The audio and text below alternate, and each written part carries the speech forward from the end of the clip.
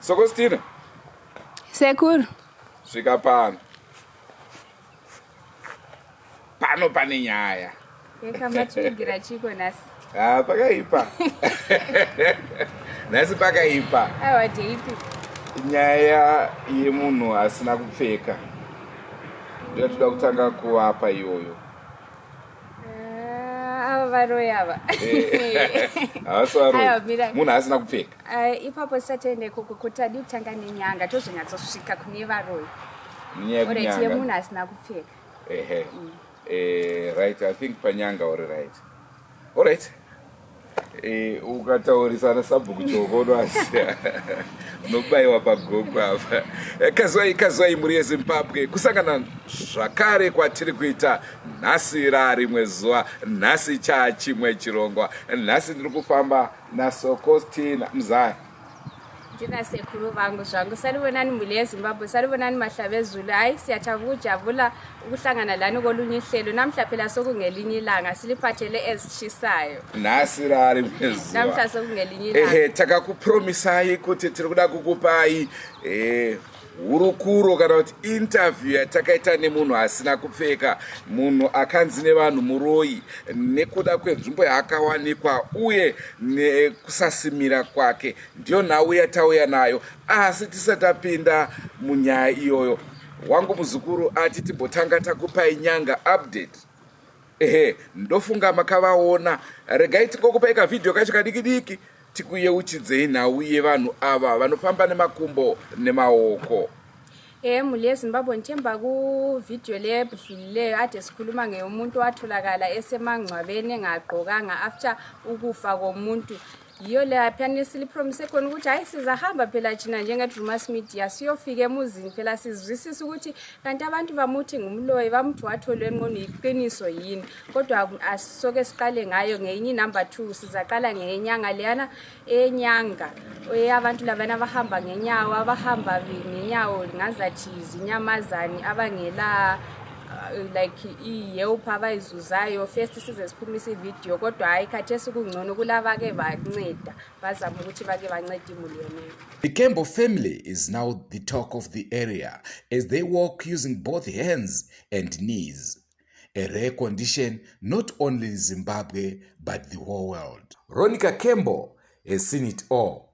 She has seen her children experiencing a rare and unique phenomenon at a tender age.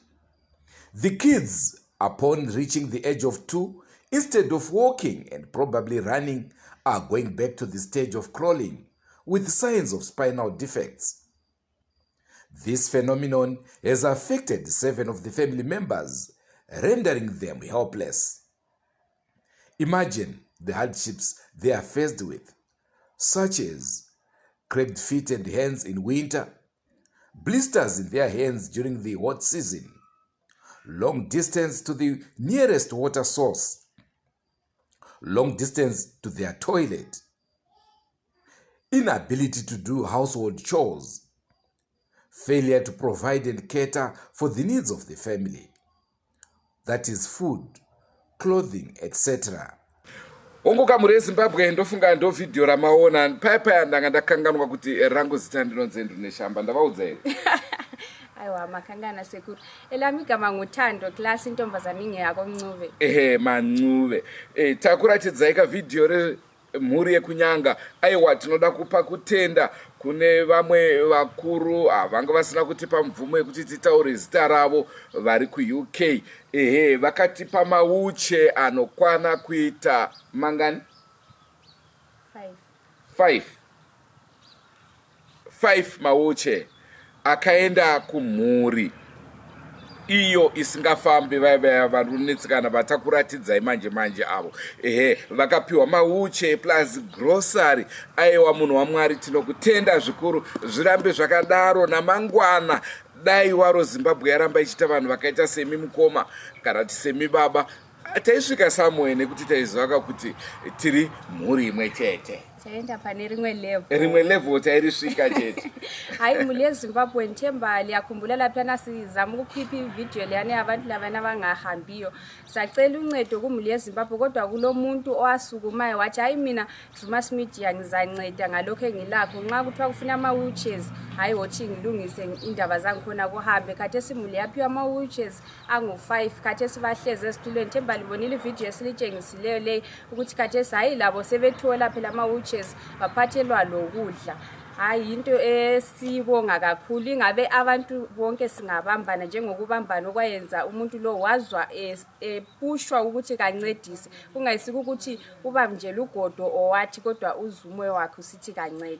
Unozachi mzukuru zvakaitwa nevakuru ava kudoneta kumhuri iyi inini pachangu zvinondipa manyuku kungunzwa kufara songoti unozati ukanobvunza mhuri iyoyoka vanokudza chokwadi kuti Drewmas Media taking you to another level zvavanakira ka inini ndinoona sekunge takwanisa kusvitsa mhuri iyoyi pane rimwe level kubudikidza nababa avo mwoyo wavo mwoyo muchena mwoyo wavakaratidza.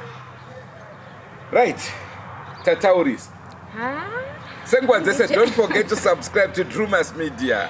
Drewmas Media taking you to another level. Ngatichipindai pamwongo wenhau yatinayo nhasi. Shumba tangai. Ndozonzi ndindatangai. Ndoda kutanga ndataurira Tambu ari kuSouth Africa kuti gogo wako wakabatwa asina kupfeka. Wakushungurudza vanhu iwewe. Kune vasingazive nhau yatinayo zuva ranhasi regedzai tingotanga takupai gogo vachitaura kuti ai wakandashungurudzwa naTambu nekuti hatisisu takati ambuya vake vafambi vasina kuita sei vasina kupfeka. Isusu tobva tazokupai nhaurirano yatakaita nagogo tichinzwa kuti nhai gogo vaTambu seiko maifamba musina kupfeka. Hayi mina Tambu ngixolera anzange ngitsho njalo nguAndrew kodwa abase-South Africa abakwazi ukuthi balogogo wabo ngale banjiwe ngagqokanga vele emangcwabeni. Ayiyo phela indaba esifike ngayo muli yeZimbabwe i-update yokuthi sike sihambe sikhulume phela logogo siza ukuthi kwake kuhamba njani liqiniso yini bebekuqambela amanga yini kwenzakala yini. Nayi soko ko inini andinzwisise Tambuyu Tambuka akutonditambudzawo zvichokwadi. Wona kamhuri 1 vakafirwa handiti ka vasingade vakafirwa nemudikani wavo vasingade. 2 vochibata munhu pedo nekumakuva asina kupfeka. Munhu avanga vachiimba naye mumba umu usiku hwese kuseni akwanikwa ega uko kumba kwake kwakakiwa hachisina hembe dziri kupi izvo vamwe vari totaura ndofunga dzakasara muguva mishonga yakatadza kuita sei kushanda vanhu vari kutambudzika aka. Iyo Tambu wakuchibata futi WhatsApp oti imi ndambu yangu yawo so what hanzovaonerei so what mavaona mukuvanyebera apa zvingotaurika. Alright, regedzai tikupei chirongwa chezuva ranhasi asi chidiki nekuti gogo havana zvavakataura zvakuru vakangoti no vakangotanga samusami gogo vaingoti akunyeba handizvizivi kunyeba asi zvakazongobuda tichadzika navo deep kusvika vatitaurira kuti hembe dziri kupi. Ndo pandakasvikotaurirwa kunzi pazoitika chiitiko chekuti pamabva payapa pazosara pakawanikwa mbuya Nyamukomba mai waJoyce mbuya wapiri Nyamukomba wazowanikwa wasina kupfeka asi pavawanikirwa pacho pakaoma zvapanga pakaita kuti munopinda munhu here imomo mavanga vari macho. Tikati ndo zvazoitika zvikanzi ndo zvasara zvikaitika. Saka mushure maizvozvo sesu hedu vamwe hatina kuona munhu asina kupfeka. Inini hangu hana kumuona wakamuona asi inini hana kumuona. Asi mashure mechiitiko ichi chakunyanyondirwadza vazukuru vambuya ava vakutotisira mameseji akaomarara ekuti shaudha kuti tuka kuti makazoona mbuya wedu chakazoti vasina kupfeka wakadai vazukuru vambuya ava vana Tambu Nyamukomba ndozvakunyanya kutotirwadza. Pakaitika chiitiko ichi isusu hatina kuenda, hatina kuzviona, asi taakuchitobatikana zvaakutoita kunge isusu ameno tisu tatora mbuya here kundowaisa kumakuva, zvaakutotinetsawo. Hatichisina rugare nevazukuru wavo, nemameseji avo akutisira mumawhatsapp wachiuya kumainbox kwedu. Zvakutotitambudza, zvakutotinyangadza zvatakuitirwa nevazukuru vambuya vakabatwa awa. Wakuya kumainbox wachitishaudha.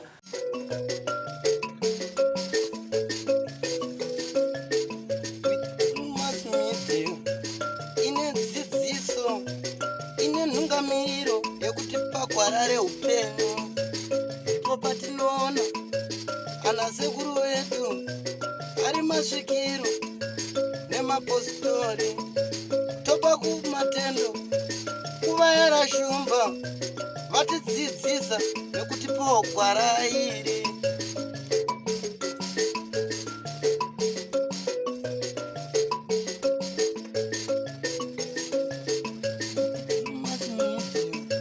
Ndiyo ine dzidziso, ndiyo inotipa isu gwara reupenyu.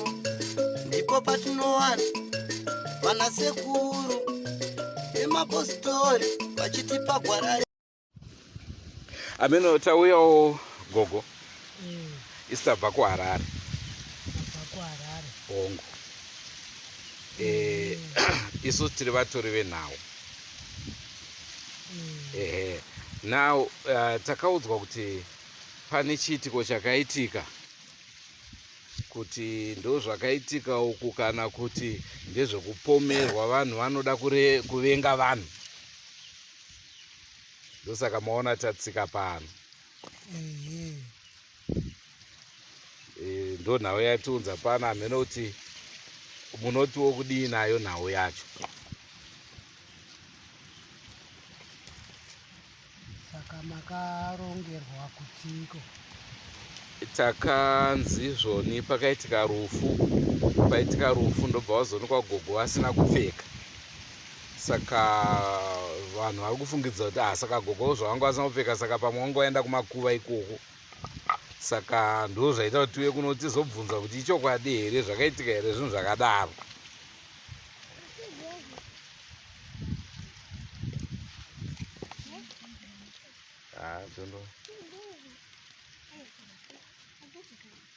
Ndo nhau yatinayo.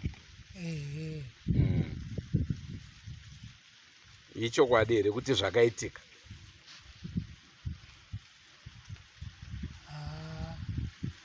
Hazvina kuitika. Kureva nhema kwevavengi. Ndodaira kudaro.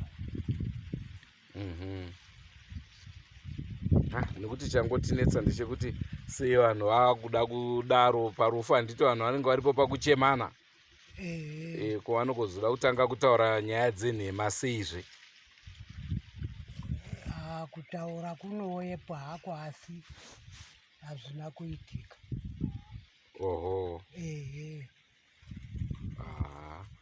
No, isusu chatinoda ishoko rinobva kwamuri ndo ratinoita sei?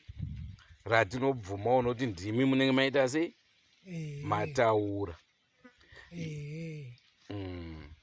Aiwa, pakanaka. Isu tauda kuti tinosvika pamba pacho parikunzi pane munhu akafa, tonzwawo nhau yacho zvakare kuti vari kuti kudini. Tangopfuura nepo tikaudzwa kuti tichadzoka pano. Parufu pacha.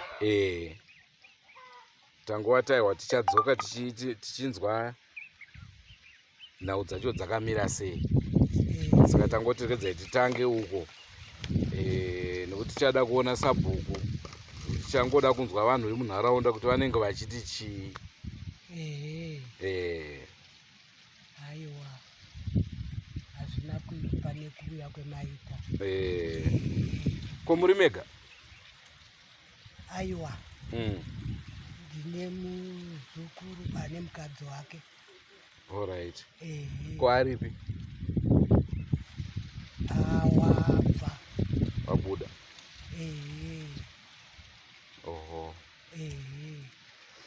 No, zvakanaka Gogo. Zvakanaka. Tinotenda chose. aiwa ndotendawo imi regai tifambe tinonzwa ikoko kuti vari kuti kudini. zvakanaka regai timboenda gogo. zvakanaka honguka mhuri yezimbabwe ndinoimba mafadzwa nechirongwa chatakupai zuva ranhasi. Tatanga tiri panyanga bva tazopedzesera tiri parusape. Vanoziva uko kumavhudzi high school, iyo kumavhudzi aiwa tinotenda mazuva ano zvaanani.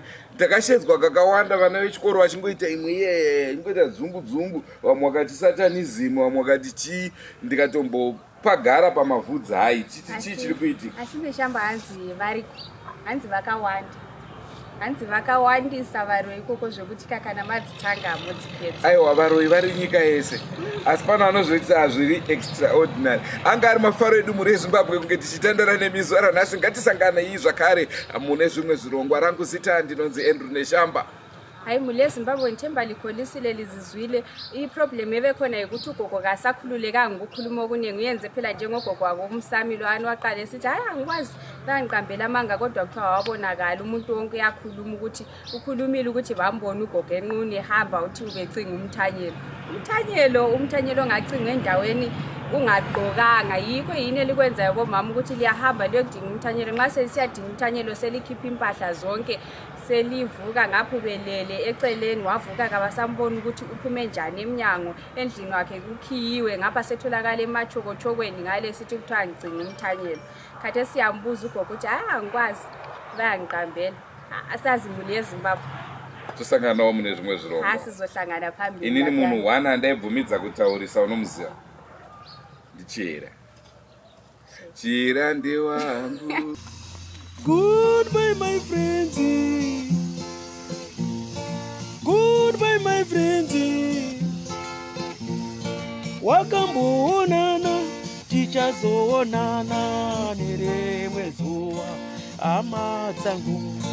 Goodbye my friends. Goodbye my friends. Wakamboonana tichazoonana nerimwe zuva hama dzangu. Ini ndokuenda kubasa kwangu. Iwe makiwe mkaranga.